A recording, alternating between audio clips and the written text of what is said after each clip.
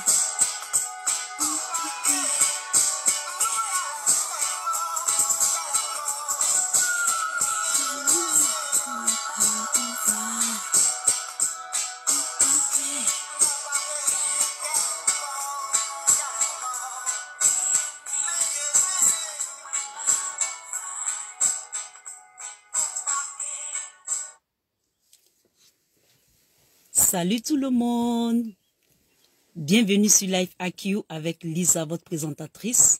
J'espère que vous allez très bien, j'espère que vous me voyez aussi.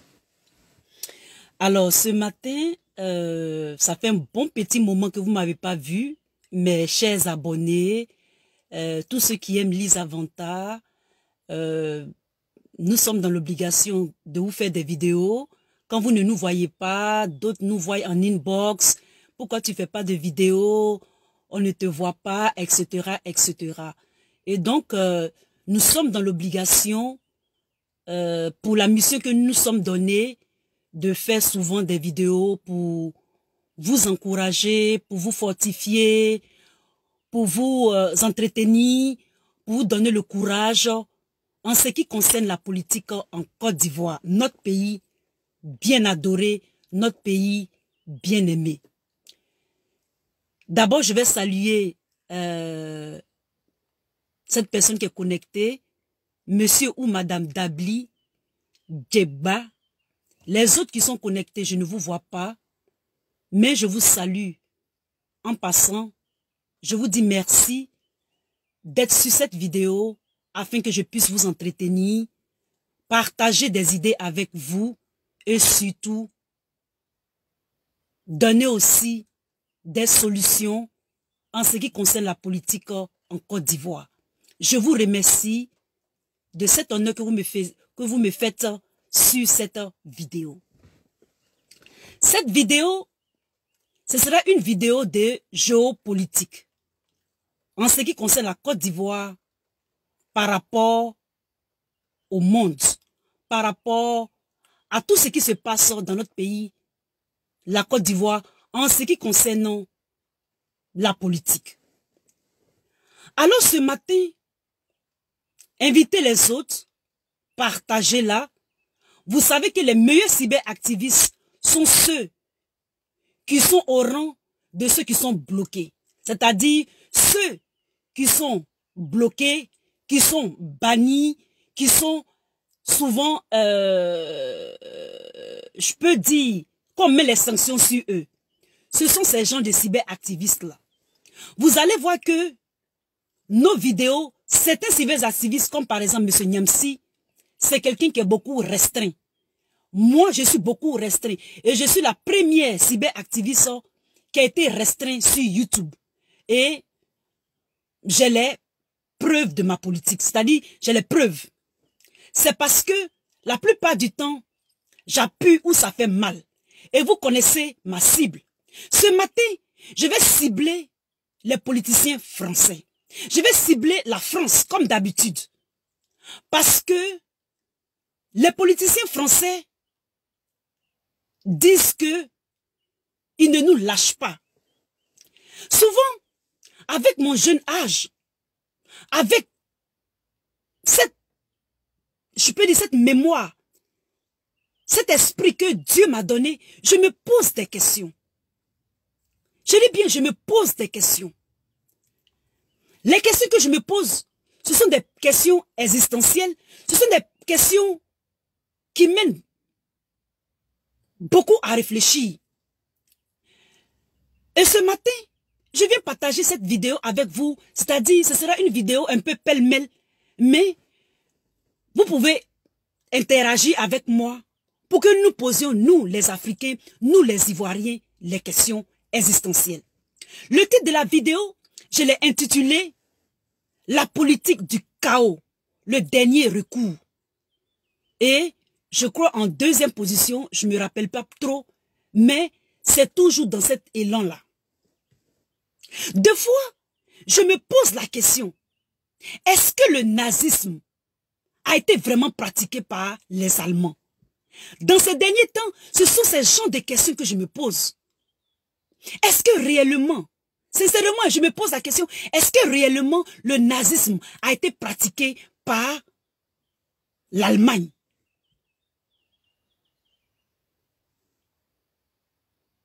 Je me pose cette question-là. Avec des recherches, j'ai même écrit un e-book à propos de l'Algérie. Dans mes recherches, j'avais découvert que c'était des historiens afro-américains avaient découvert que l'histoire de l'Afrique avait été tronquée. On nous parle d'un Jésus noir, on nous parle, on nous bassine avec l'esclavage, la colonisation, la dégradation de l'homme noir et les agissements que nous voyons partout dans le monde. J'avais découvert que, par certains Afro-Américains historiens, que sous le Vatican, il y avait des kilomètres et des kilomètres et des kilomètres de documents qui concernaient l'humanité. On n'en parle pas, nous, Ivoiriens, nous, Africains, parce que la plupart des pays qui sont encore sous le joug de la France-Afrique, ce sont des pays francophones. Et ces pays-là, souvent, ils ne parlent pas anglais. Ils ne font pas des recherches. Les gens comme moi, ils sont nombreux partout dans les pays anglophones. Ils ne s'occupent pas de la politique. Parce qu'ils n'ont pas le temps. Parce qu'ils regardent ça de loin.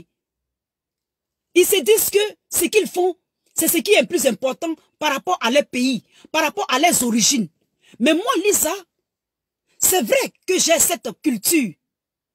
C'est-à-dire, cette culture qui n'est pas mon origine, c'est-à-dire la culture anglophone, mais j'ai fait beaucoup de recherches. Le Vatican, en bas du Vatican, il y a des kilomètres et des kilomètres de documents concernant l'Afrique.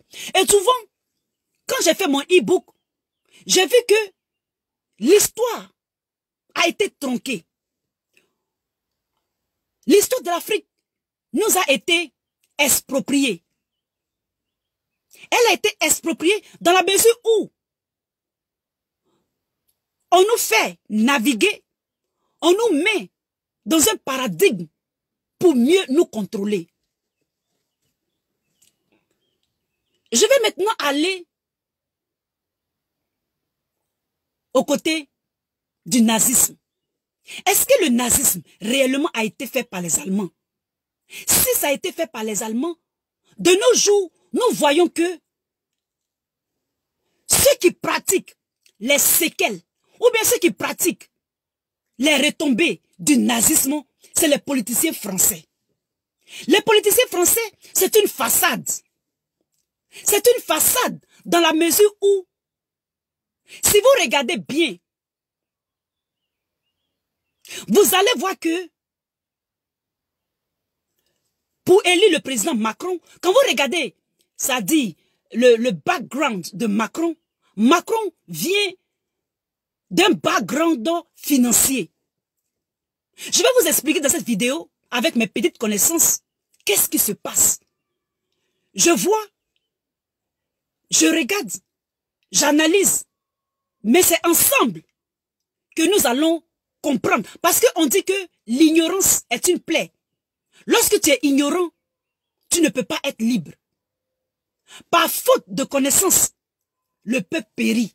Mais ici, dans cette vidéo, je vais vous démontrer qu'est-ce qui se passe réellement. Comme vous voyez la lignée de, ça dit le background du président Macron, vous voyez que Macron vient des banques. Voici les deux groupes.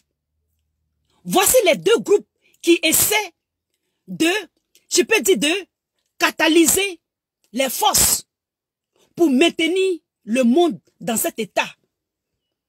Nous avons ceux qui veulent les banques. Souvent les banques, quand je parle des banques, ceux qui donnent du poids à la politique française, si je suis en erreur, vous pouvez mettre des commentaires. Je ne suis qu'une jeune femme et j'analyse avec vous.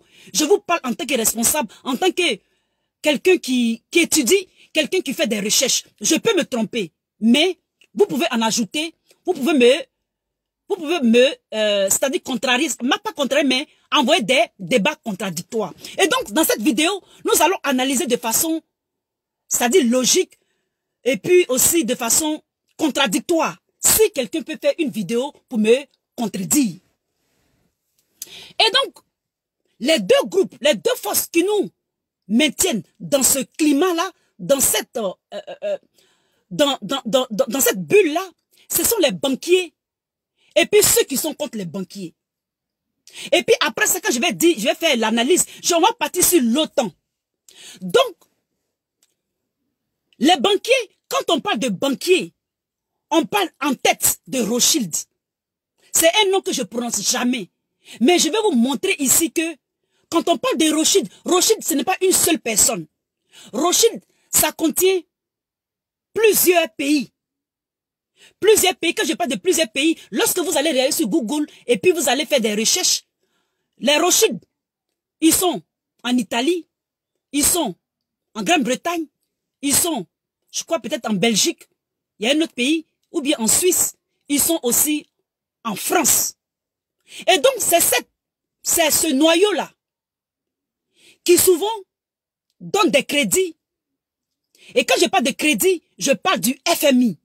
Vous allez voir que l'immeuble du FMI appartient à Rockefeller. C'est-à-dire avant, le bâtiment. Quand vous faites les recherches sur l'immeuble même, c'est-à-dire le bâtiment physique du FMI, le nom de Rothschild, non plutôt le nom de Rockefeller sort dedans. Donc ça veut dire que il y a aussi ce nom Rothschild-là, il y a aussi les Américains dedans. Donc c'est ce groupe-là. C'est ce groupe-là qui maintiennent ces pays, ces 12 pays ou ces 11 pays ou ces 13 pays africains-là dans la dette.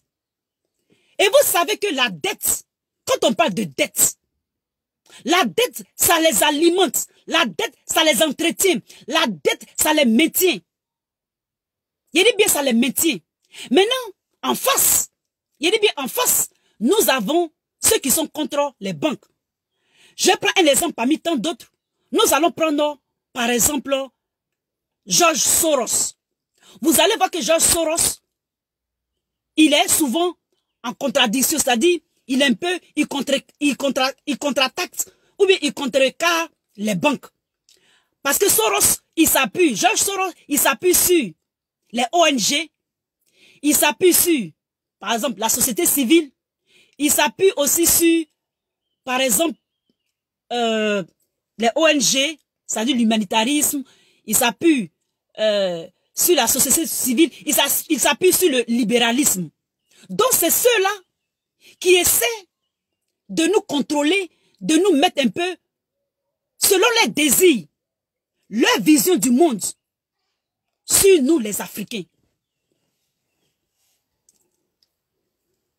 Nous allons voir que à travers ces organismes internationaux-là, comme l'OTAN, la plupart du temps du financement de l'OTAN est financé par les États-Unis. Vous allez voir que lorsque Trump est venu au pouvoir, Trump s'est plaint que les Américains donnaient trop à l'OTAN. Vous voyez que ceux qui ne donnent pas beaucoup dans l'OTAN, ce sont ceux qui sont les premiers, qui sont prompts à créer les guerres, à créer le trouble dans les pays africains. Et ici, je cible les politiques françaises.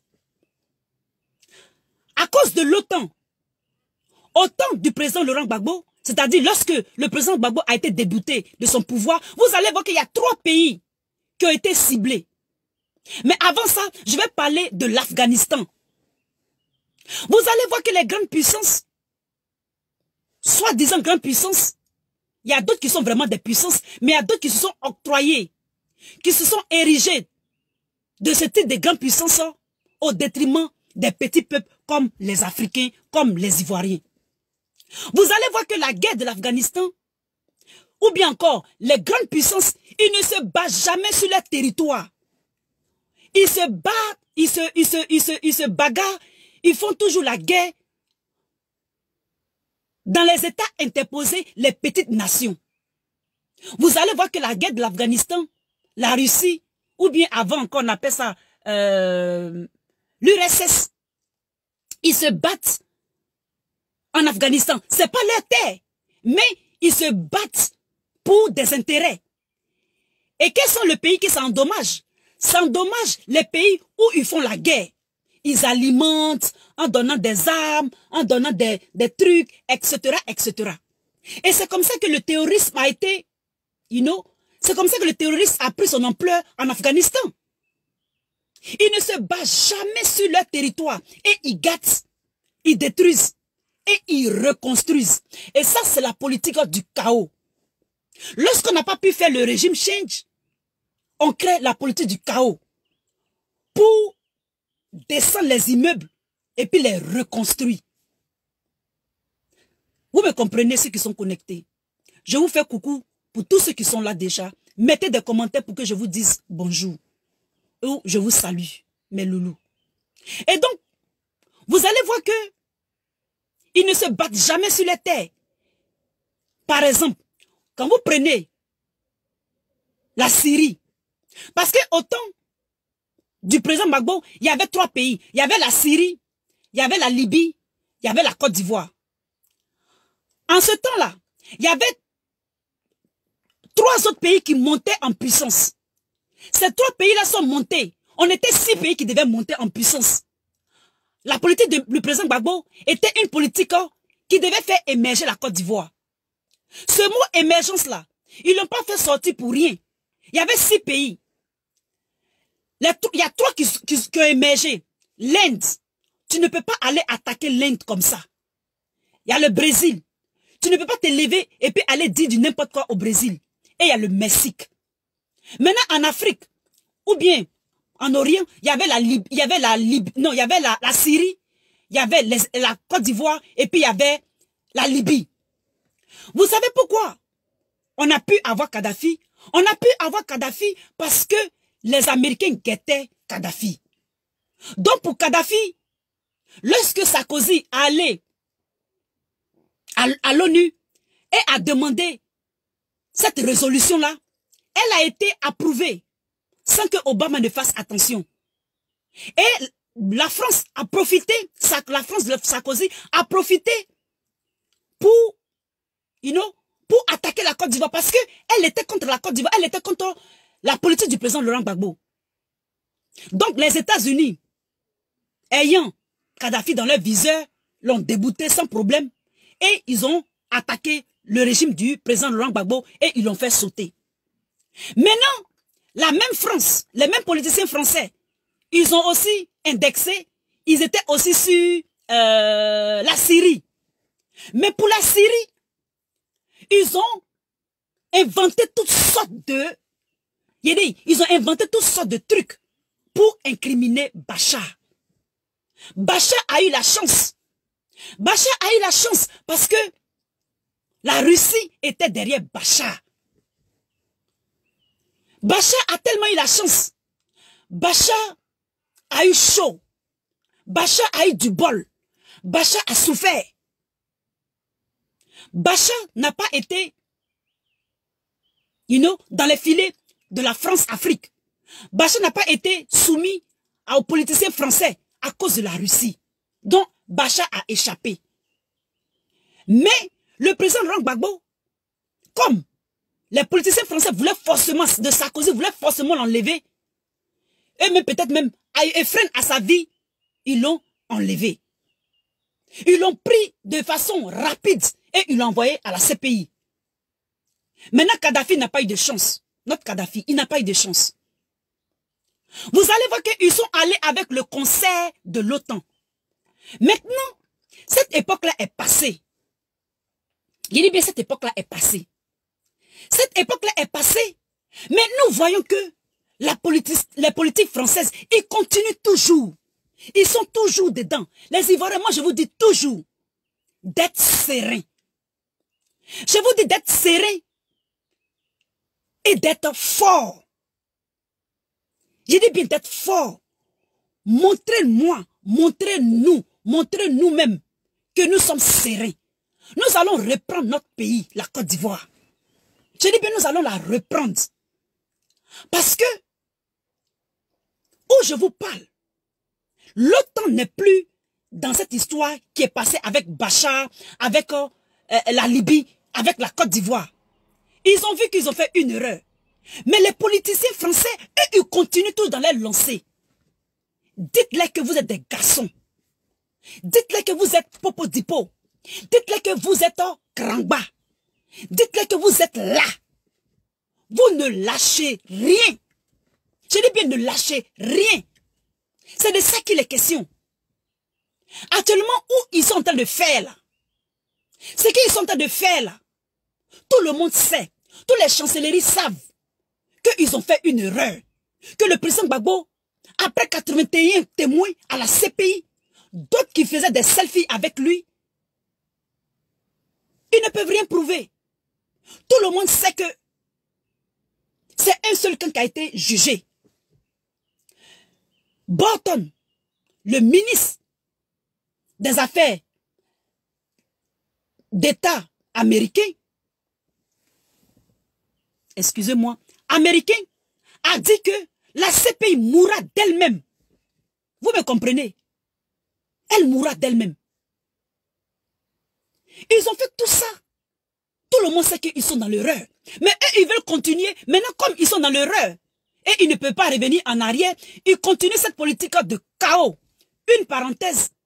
Quelle est cette idée d'aller décorer Bensouda? C'est pour nous dire quoi? We don't give a fuck. We don't care. Ivorian are careless about your decoration. Madame Bensouda, vous allez voir que cette vidéo-là, on peut la bloquer. Ou bien on peut me mettre sur restriction. Parce qu'il y a un jeune cyberactiviste qui a parlé de ça hier, on l'a bloqué. Donc sûrement, partagez-la, parce qu'on peut la bloquer, on peut bloquer cette vidéo. Parce que j'ai évoqué le fait que, pourquoi est-ce qu'on a décoré Bensouda? Vous décorez Bensouda, pourquoi? Tous les Américains, les Chinois, les Japonais, les Russes, savent qu'elle a fait du tort. Donc, cette politique de chaos que vous voulez entraîner en Côte d'Ivoire, les chancelleries le savent. Eux, ils attendent seulement. Monsieur Ouattara, on lui a dit, il faut démissionner. Le Vatican sait, tout le monde sait. Qu'est-ce qu'il attend? Il attend tout ceci pour créer la politique du chaos. Soit il crée la politique du chaos en endettant la Côte d'Ivoire, en la soutirant, en la vidant de toute sa subsistance. Et cette subsistance-là, ce sont les dettes. Il veut plonger cette Côte d'Ivoire-là dans des dettes. C'est pour ça qu'il ne veut pas partir.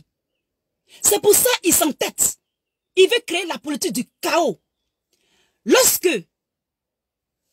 souvent, les matins, quand vous vous levez et vous dites que c'est la faute à le président Gbagbo, Soro Guillaume, qui veut faire un coup d'État, Soro Guillaume, qui entraîne les djihadistes, ou même qui appelle les djihadistes, tout ceci, ça fait partie du plan de la politique du chaos en Côte d'Ivoire. Et aussi, ça fait partie du plan pour essayer d'emmerder le président Laurent Gbagbo, ou bien Bédier, ou bien les politiciens ivoiriens. Pour ne pas qu'eux, ils gouvernent. Il est toujours comme ça, M. Ouattara. Si ce n'est pas lui, quand c'est lui, il doit sécuriser son pouvoir, personne ne l'emmène.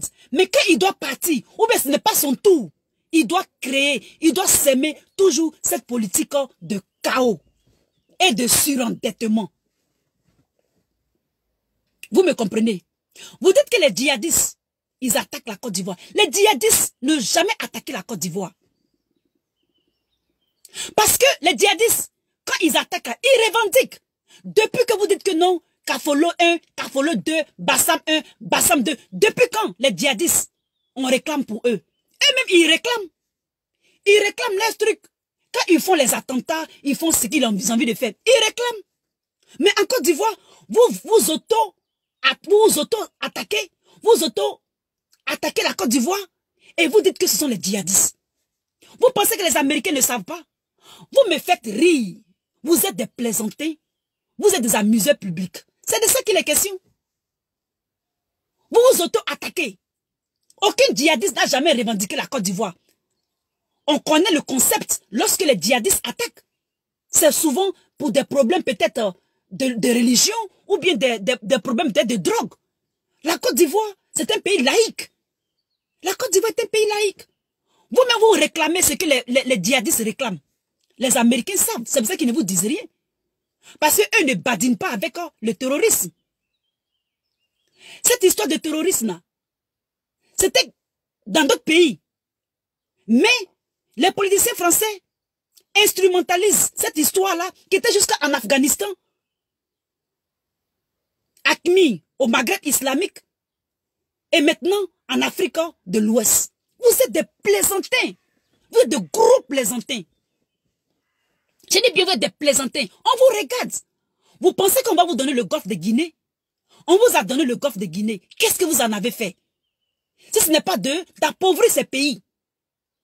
Le golfe de Guinée est trop riche pour qu'on laisse ça dans la main des politiciens français. Et quand je dis les politiciens français, c'est une couverture. C'est les banques, c'est les banquiers qui veulent toujours s'accaparer des biens de l'Afrique de l'Ouest. C'est de ça qu'il est question. C'est de ça qu'il est question. Lorsque nous allons encore entrer dans le concept de la politique du chaos, on continue. Lorsque une certaine cyberactiviste du RHDP, si vous écoutez bien la vidéo de la dame, elle a dit, depuis le matin, je suis sur pied et j'ai vu. Elle ne fait que rapporter ce qu'elle a vu, elle a entendu. Ou est à l'incitation à la je ne sais quoi. C'est vrai qu'elle a une sale gueule, elle parle mal, ça c'est sûr. Mais ce n'est pas une raison pour aller faire du mal aux Nigériens. C'est tout ceci, ça fait partie de la politique du chaos. Vous voulez essayer d'entrechoquer les peuples, les communautés en Côte d'Ivoire pour créer cette politique de chaos. Ceux qui ont attaqué les Nigériens, mais ce sont les microbes. C'est les mêmes microbes qui ont déterré Arafat. C'est les mêmes microbes qui ont coupé la tête de tous ces. C'est les microbes. Vous alimentez les microbes. Vous les pomponnez. Vous les babysitez. Et puis vous allez faire gober ça à qui? Vous allez faire gober ça à qui? Et même, il y a certaines personnes qui disent que le fait qu'on dise qu'on l'a arrêté, on ne l'a pas arrêté. Ce n'est qu'une façade. Parce que, voyez toujours cette image de la politique du chaos. Cette image, comme vous ne voulez pas qu'on gouverne votre pays, la Côte d'Ivoire, comme vous ne voulez pas nous donner votre pays cadeau, vous ne voulez pas nous donner votre pays gratos, nous, on va créer la politique du chaos, on va gâter tout, on va vous endetter, vous allez rester comme ça, parce que vous n'avez pas droit à la vie, vous aussi. Chez nous, ça ne va pas. Donc, chez vous, ça ne doit pas aller 1000 fois. C'est de ça qu'il est question. Est-ce que quand il y a tout ça, est-ce que les Ivoiriens créent? Coucou, salut Judith. Comment tu vas? Ma propre sœur. J'espère que tu vas bien. Gros bisous à toi. Ma Flo. D'accord. Vous entrechoquez les peuples. Vous voulez que les peuples se battent. Vous voulez que les peuples s'affrontent. C'est la politique du chaos. C'est la politique du chaos que vous voulez créer en Côte d'Ivoire. Parce que vous avez fini votre mandat. Vous avez fini vos mandats. Et même vous avez en ajouté grâce à l'armée française. Vous êtes à l'ultime. Vous êtes au paroxysme de tout ce que vous avez fait. Un pays émergent comme la Côte d'Ivoire, il n'y a pas d'eau. Il n'y a pas d'électricité. Vous avez tout fait. Qu'est-ce que vous voulez? Mais c'est la politique du chaos. C'est la politique du chaos. Donc les Ivoiriens, l'OTAN n'est plus en Côte d'Ivoire. Cette histoire de l'OTAN, c'est déjà passé. Ils ont vu qu'ils ont fait l'erreur. Ils se sont retirés. Mais les politiciens français, la France-Afrique, elle veut nous faire croire qu'elle peut tout se maintenir, mais c'est archi faux. C'est archi faux. On ne peut pas vous donner notre pays cadeau. C'est pas possible. Donc, nous les Ivoiriens, nous allons toujours être sur nos gardes. Arrivé à ce moment, la Côte d'Ivoire ne sera pas survolée. La Côte d'Ivoire ne sera pas survolée par aucun avion. Les mers ne seront pas naviguées comme ça sans l'autorisation des autorités ivoiriennes. L'armée française, elle va partir. Elle ne veut pas partir. En France, il n'y a jamais eu de guerre. C'est-à-dire qu'ils sont bien. Les archives sont là. Leur héritage documentaire, c'est là. Aucun pays n'est venu les bombarder. Mais eux, ils sont tous dans le pays des gens pour bombarder le pays des gens, pour détruire les archives, pour détruire les documents. Le problème, c'est lequel? C'est ça qui est la vérité. Moi, je vous dis la vérité. Nous, on a besoin de nos archives. Nous, on a besoin de nos histoires. Vous partez dans le pays des gens toujours pour s'aimer la zizanie. Est-ce que c'est normal? Vous, vos archives sont là. Hein? Vous, vos archives sont bel et bien là. Lorsque nous parlons, vous nous bloquez. Lorsque nous parlons, vous volez nos revenus. Lorsque nous parlons, vous faites toutes sortes de politiques. Vous mettez tout en place pour nous dire que vous êtes toujours in power. You are not in power. Politic friends, you are not. I said you are not in power. Au 21e siècle, vous ne pouvez pas vous ériger en donner de leçons. Il dit bien, vous ne pouvez pas. Vous voulez créer la dette pour la Côte d'Ivoire. Vous voulez créer cette politique de chaos à travers M. Alassane Ouattara. M. Alassane Ouattara a fini ses mandats. On lui a donné un cadeau. Il est en train de faire ça comme il veut, quand il veut, à sa manière. Et il empêche toutes sortes de choses. Il met tout en place pour que la Côte d'Ivoire ne continue pas. C'est la politique du chaos. Après lui, c'est la poussière. C'est la politique du chaos. Et l'État français, les politiques françaises, lui donnent ce courage-là.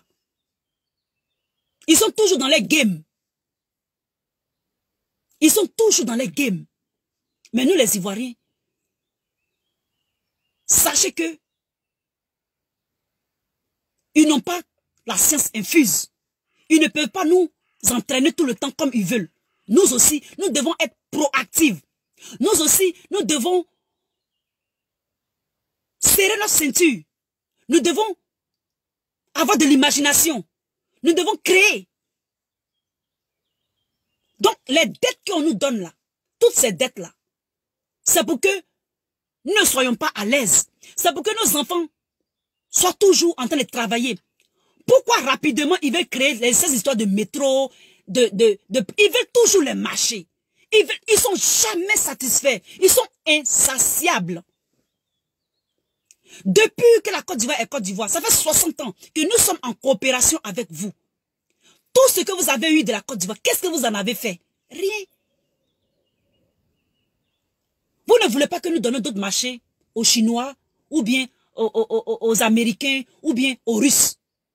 Pourtant, vous-même, c'est les Russes qui vous ont libéré du nazisme. Vous bloquez nos comptes.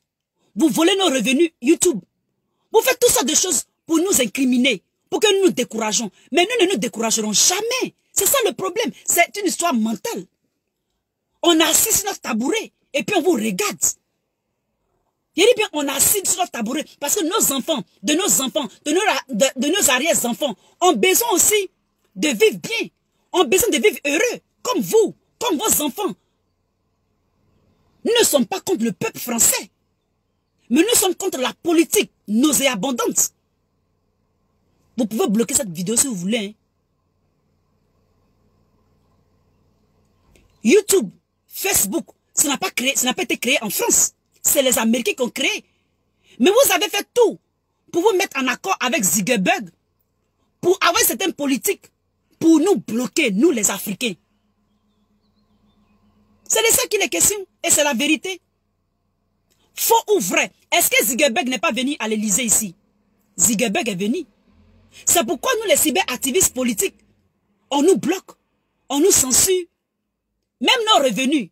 Ça fait plus de 5 ans que je fais YouTube. Je n'ai jamais pris un rond de YouTube. Ni de Facebook. Je n'ai jamais pris. Parce que pour moi, ce n'est pas l'argent. C'est mon pays. C'est dénoncer ce que vous faites à mon peuple. C'est dénoncer ce que vous faites, ce que vous avez fait à mon président, le président Laurent Gbagbo, qui a été élu de façon légale. Vous vous octroyez ce droit-là de nous mettre les bâtons toujours dans les roues. C'est pourquoi, et c'est la raison pour laquelle je demande à tous les politiciens, ceux qui aiment vraiment la Côte d'Ivoire, de dire non à la France-Afrique. Je dis bien de dire non. Si vous ne voulez pas dire non, nous, la société civile, nous allons toujours dire non. Il dit bien, nous allons toujours dire non. Parce que nous aussi, nous avons droit à vivre sur nos terres. Nous avons droit à vivre chez nous, dans la paix. C'est de ça qu'il est question. On a besoin de vivre. On a besoin de vivre.